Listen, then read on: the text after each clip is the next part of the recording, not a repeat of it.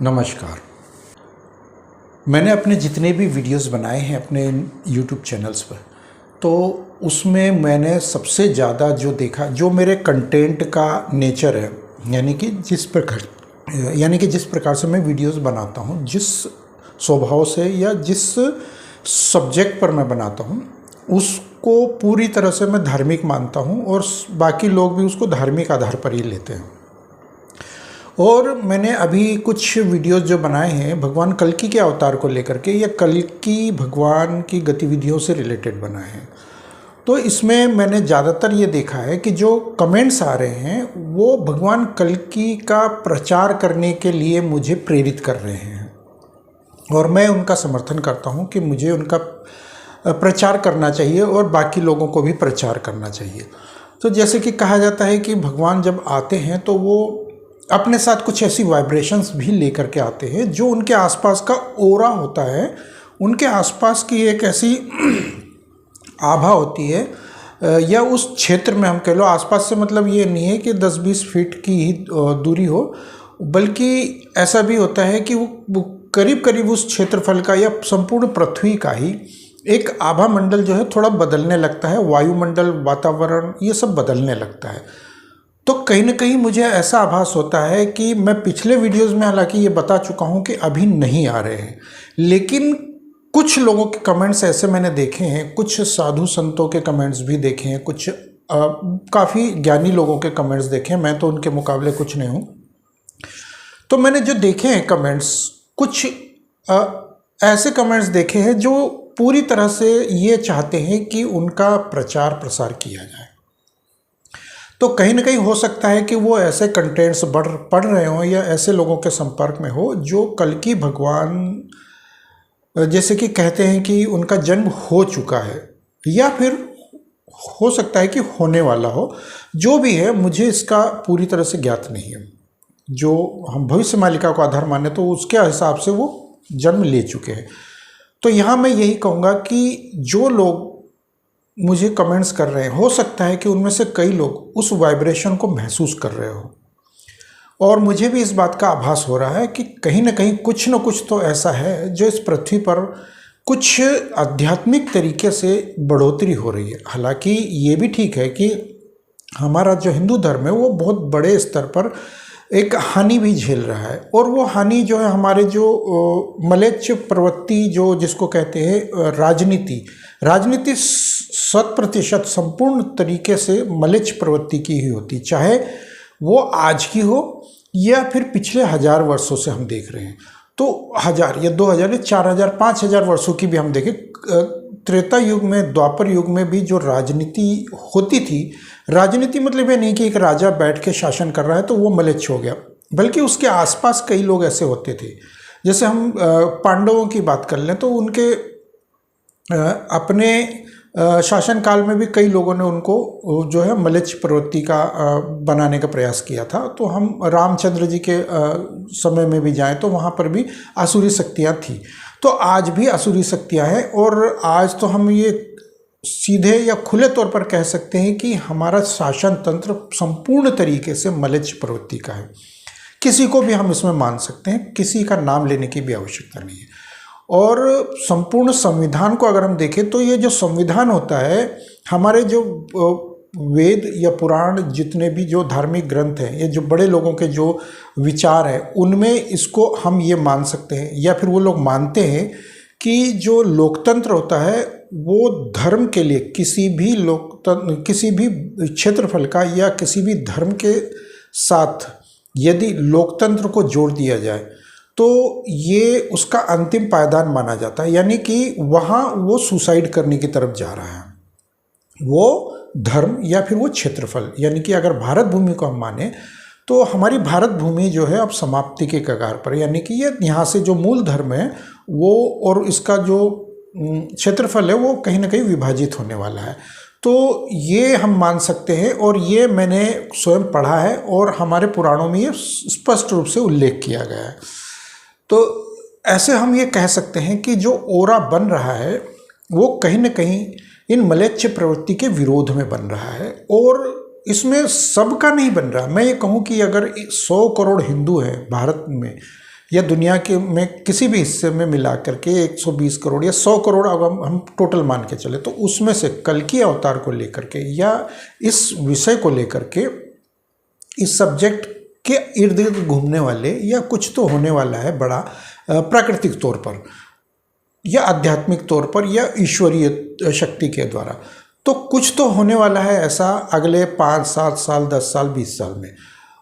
उसको लेकर के 100 करोड़ में से मात्र हम ये कह सकते हैं कि 40 से 50 लाख लोग ही सक्रिय है। सोशल मीडिया के माध्यम से हमको ये ज्ञात होता है। बाकी के लोग कहाँ हैं, क्या कर रहे हैं, क्या उनको धर्म का ज्ञात है? तो हम ये कहेंगे कि 100 करोड़ हिंदुओं में से मात्र 5 से 7 करोड़ हिंदू ही ऐसे हैं जो अपने मूल धर्म से मूल रूप से वो जुड़े हुए हैं और वो मूल ग्रंथों को मानते हैं और अध्यात्म को, दर्शन को, हिंदू सनातन संस्कृति को मानते हैं। बाकी जो हम कहें कि 90 से 95 करोड़ हिंदू ऐसे हैं, 90 करोड़ हम हिंदू मान सकते हैं कि ऐसे हैं जो सेकुलरवाद के धतूरे का वो जो नशा है वो उन पे चढ़ा हुआ है, 90 करोड़ हिंदुओं को। तो इसमें वो इंडस्ट्री, किसी भी तरह की इंडस्ट्री, फिल्म इंडस्ट्री ले लो, राजनीतिक इंडस्ट्री ले लो, या फिर नौकरी पेशा या शिक्षा व्यवसाय या खेती बाड़ी या कहीं से भी। तो क्योंकि हम पिछले 100 वर्षों से हम अपने धर्म से जुड़े हुए नहीं, कटे हुए हैं, तो इसलिए हमें यह आभास नहीं होता। मैं भी 10, 12, 15 वर्ष पहले तक एक साधारण सा व्यक्ति उन 90 करोड़ हिंदुओं में था जिनको धर्म का कोई लेना देना मतलब नहीं था। एक साधारण जिंदगी श्री राम जय राम करते रहते थे। और उसके बाद फिर मैं कुछ लोगों के संपर्क में आया, मेरी वाइब्रेशंस थोड़ी सी चेंज हुई और कुछ सामाजिक, आर्थिक, राजनीतिक या कई तरह की चीज़ें देखने के बाद मुझे सेकुलरवाद की तरफ भी गया, मैं उधर भी झुका, मैं दक्षिणपंथी, वामपंथी दोनों तरफ का मैंने देख लिया। लेकिन मुझे सनातन संस्कृति या सनातन पंथी होने में जो आनंद आया, जो नशा आया, वो सबसे अलग था। मैंने आप लोगों को बताऊं कि मैं हल्का फुल्का, हालांकि मैं नॉनवेज नहीं मैंने अपनाया, लेकिन हल्का फुल्का कहीं ना कहीं कुछ, जैसे मैंने बताया कि 12-15 वर्ष पहले तक मैंने कुछ टेस्ट किया, चखा, वो किया। मैंने नशा भी किया, कोई बहुत बड़ा नशा नहीं, लेकिन जो अल्कोहल होता है तो वो हल्का फुल्का मैंने कई बार किया है। लेकिन पिछले कुछ वर्षों से मैंने बिल्कुल त्याग दिया। और अब तो मैं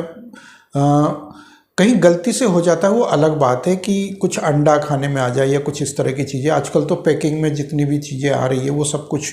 कई मिक्स, जैसे अब हम मान लें कि तिरुपति बालाजी मंदिर का जो प्रसाद था तो वो तो सभी को भ्रष्ट करके चला गया। तो इस तरह का और भी हमारी लाइफ में आ रहा है, कहीं ना कहीं हम खा ही रहे हैं, पी रहे हैं। तो ये जो पानी है हमारी बॉडी में, जो कहीं ना कहीं कुछ ना कुछ तो ऐसा जा ही रहा है जो न चाहते हुए भी हम उसको ग्रहण कर रहे हैं। तो उसके बावजूद यदि हम सात्विक तरीके से चले और हम ये मान करके चले कि हम नॉनवेज से दूर हैं, हम शराब से दूर हैं, हम बीड़ी सिगरेट से दूर हैं, या हम इस तरह के किसी भी नशा या बुरी प्रवृत्ति, कोई भी मानसिक स्तर पर भी अगर हम किसी को देखते हैं वो भी एक पाप होता है गलत नज़रिए से देखने पर। तो उन सब चीज़ों को अगर हम त्याग दें, छोड़ दें और एक आध्यात्मिक ओरा हम देखते हैं कि अपने आप हमारे आसपास बनता जाता है। तो कई बार हमें ऐसा महसूस होता है कि हमारे आसपास एक ऐसा आध्यात्मिक ओरा बन चुका है जो न चाहते हुए भी हमें प्रोटेक्ट कर रहा है। तो मैं आप लोगों को ये भी बता दूं कि आज से 2-3 वर्ष पहले तक भी मैं कैमरा फेशिंग करने में डरता था। मैं कैमरा, यानी मैंने कई वीडियोस 12-13 साल पहले से ही बनाता आ रहा हूँ अपने इस चैनल लाइव नॉलेज पे। अगर आप देखेंगे तो मैंने बहुत पुराने वीडियोस बना रखे, लेकिन मैं उसमें पूरी तरह से समर्पित नहीं था। लेकिन मैंने कैमरा फेसिंग में बहुत डर लगता था। धीरे धीरे प्रयास करने शुरू किया मैंने, और फिर उसके बाद फिर मैंने कैमरा फेसिंग शुरू किया। तो ये इस तरह का जो ओरा मेरे पास बना या इस तरह की शक्ति मुझे मिली, कहीं ना कहीं मुझे ऐसा आध्यात्मिक शक्ति मिली या मानसिक तौर पर मैं तैयार हुआ। तो उसके लिए मैंने पूर्ण रूप से जब ये मैंने जाना कि विष्णु सहस्त्र नाम और भगवान विष्णु को यदि मैं, विष्णु मंत्र है शांताकारम भुजंग शयनम पद्मनाभम सुरेशम, तो इस तरह से कुछ चीज़ें हैं, उनको अपनाने के बाद स्मरण शक्ति मेरी थोड़ी सी ठीक होने लगी और कुछ चीज़ें मेरे को अच्छी खासी मतलब अनुभव होने लगे। तो यहाँ पर मैं ये कह सकता हूँ कि कुछ तो ऐसी वाइब्रेशंस है, कुछ तो ऐसी शक्तियाँ हैं जो इस पृथ्वी पर कहीं ना कहीं या तो आ चुकी है या आने की तैयारी है, या फिर हम यूँ कहें कि कुछ ऐसी हवा चल गई है जो म्लेच्छों का नाश करने के लिए सक्षम है, या फिर वो हम ही को माध्यम बनाना चाहते हैं, हम ही को निमित्त बनाना चाहते हैं कि आप लोग यदि उठेंगे, उन्नति करेंगे, धर्म का प्रचार करेंगे, धर्म को मानेंगे और धार्मिक ग्रंथों का अध्ययन करेंगे, तो आपको उसमें पता चलेगा कि आप स्वयं भी कल्कि के समर्थन में हैं, कल्कि का प्रचार करेंगे, कल्कि की सहायता करेंगे। भगवान कल्कि का आप एक उनके लिए एक ऐसा स्पेस तैयार करेंगे कि वो आए और अपने समर्थकों की भीड़ को इकट्ठा करें, या फिर अपने समर्थकों का वो पहचान करें और अपने समर्थकों के आधार पर वो युद्ध को जीते। तो जैसे कि भगवान कृष्ण ने भी जब आए थे तो उन्होंने अपने मथुरा, वृंदावन और ये जो अपना जो उन्होंने एक क्षेत्र विशेष में अपनी प्रजा को या फिर अपने आसपास के माहौल को उन्होंने जो है एक वाइब्रेशन में बांधा, तब जाके वो युद्ध जीते। हालांकि उनके विरोध में काफ़ी लोग थे, लेकिन उसके बावजूद वहाँ पर, क्योंकि जो शक्तियाँ ऐसी पराशक्तियाँ होती है तो वो थोड़ा बहुत वो विरोध को भी वो बर्दाश्त करने के सक्षम होती है। और भगवान राम के साथ भी हमने देखा कि पूरी अयोध्या नगरी जो थी वो राममय हो गई थी, तो उसके बाद कृष्णमय भी हो गई ये मथुरा। तो ऐसा ही सब कुछ होता है और आज भी हम देख रहे हैं कि हालांकि आज भी उनका प्रचार इतना नहीं हो रहा है जितना होना चाहिए। जैसे कि हम कहें कि तुलसीदास जी ने अकबर के खिलाफ जो रामायण, रामचरितमानस, रामायण जो लिखा, वो रामायण तो पहले से था लेकिन संस्कृत में था तो आम लोगों को समझ नहीं आता था, लेकिन वो फिर उन्होंने जब उसको अपनी भाषा में उसका अनुवाद किया तब जाकर के लोगों को लगा तो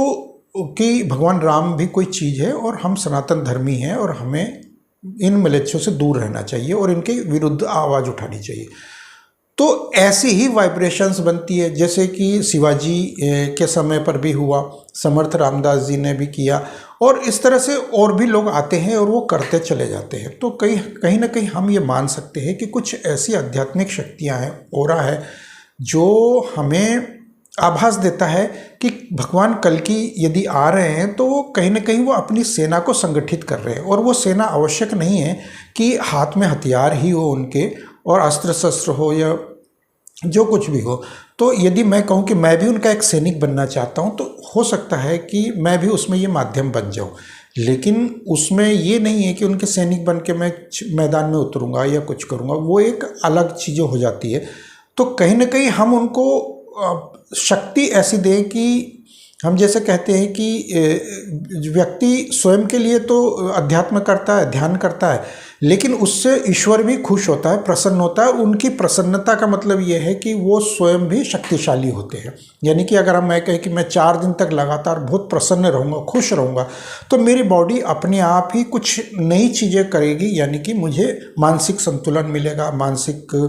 तौर पर शांति मिलेगी और कई सारी चीज़ें मुझे स्वयं मिलने लगेगी तो मेरी बॉडी को। तो इसी तरीके से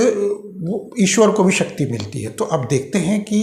क्या ये सच होने वाला है या नहीं होने वाला है। जो भी हो, लेकिन हमें अपना कार्य अवश्य करना चाहिए और भगवान कल्कि का प्रचार प्रसार हमें करना चाहिए। तो ये थी मेरी आज की जानकारी और मेरे ये विचार। यदि आप लोगों को मेरी जानकारी और विचार अच्छे लगते हो तो कृपया कमेंट बॉक्स में मुझे जरूर बताएं। तो मिलते हैं अगले वीडियो में, तब तक के लिए जय श्री राम।